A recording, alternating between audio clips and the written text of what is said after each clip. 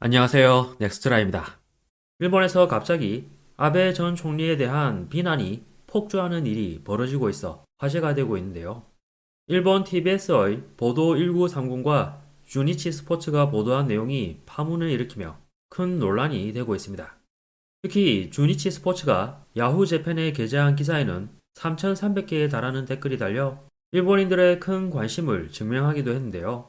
기사에서는 1달러 160엔을 기록하는 등 역사적인 엔화 약세가 진행되는 가운데 아베노믹스를 주도한 아베 신조 전 총리의 2년 전 발언에 비판의 목소리가 커지고 있다고 운을 뗐습니다. 그러면서 일본 TBS의 메인 뉴스인 보도 1930에서 2022년 4월에 열린 자민당 회의 재정정책검토본부에서 아베 전 총리가 고용이 증가한 것은 엔저 효과인 것이 틀림없어요. 엔화가 1달러에 300엔이 되면 도요타 차가 3분의 1의 가격에 팔릴 것입니다. 일본 제품의 가격이 3분의 1이 되는 거죠. 일본 여행비도 3분의 1이 됩니다.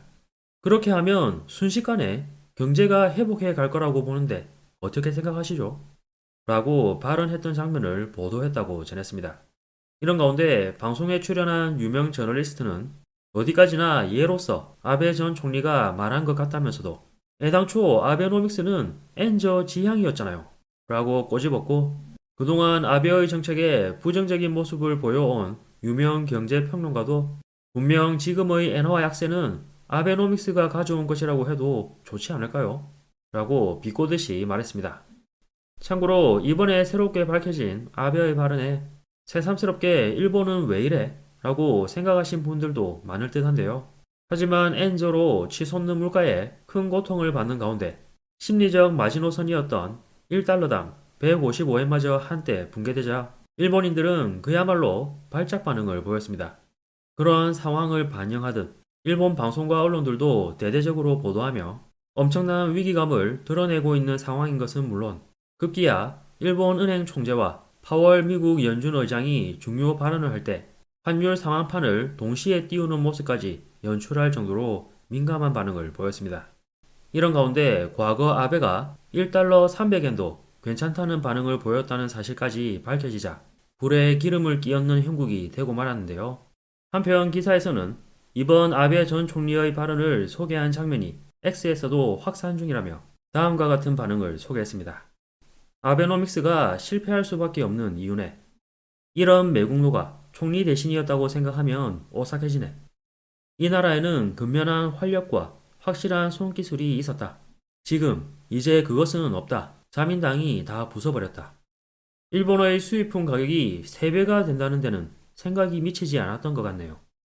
원자재가 비싸서 어차피 큰일이다. 일본인이 노예 같은 세상이 될 것 같아. 라는 등 한탄의 목소리가 속속 나오고 있다고 소개해 눈길을 끌었습니다. 한편 일본 내에서 아베를 지지하는 사람들이 가장 많이 모여 있다는 야후 재팬에서도 아베를 비난하는 목소리가 폭주했는데요. 기사 댓글 반응을 보면 샴페인 타워의 맨 위는 샴페인 잔이라고 생각했는데 초특대 바가지였다는 것입니다. 국내 소비자 입장에서는 가격이 오르기만 하고 1달러 300엔이 된다면 소비 중지가 일어날 것입니다. 정부는 대기업 직원을 기준으로 하는 것이 아니라 저중산층을 내다보는 정책을 해야 합니다. 작금의 일손 부족 시대에 사무직에만 집착하지 않으면 남들만큼의 월급을 받을 수 있다고 생각합니다.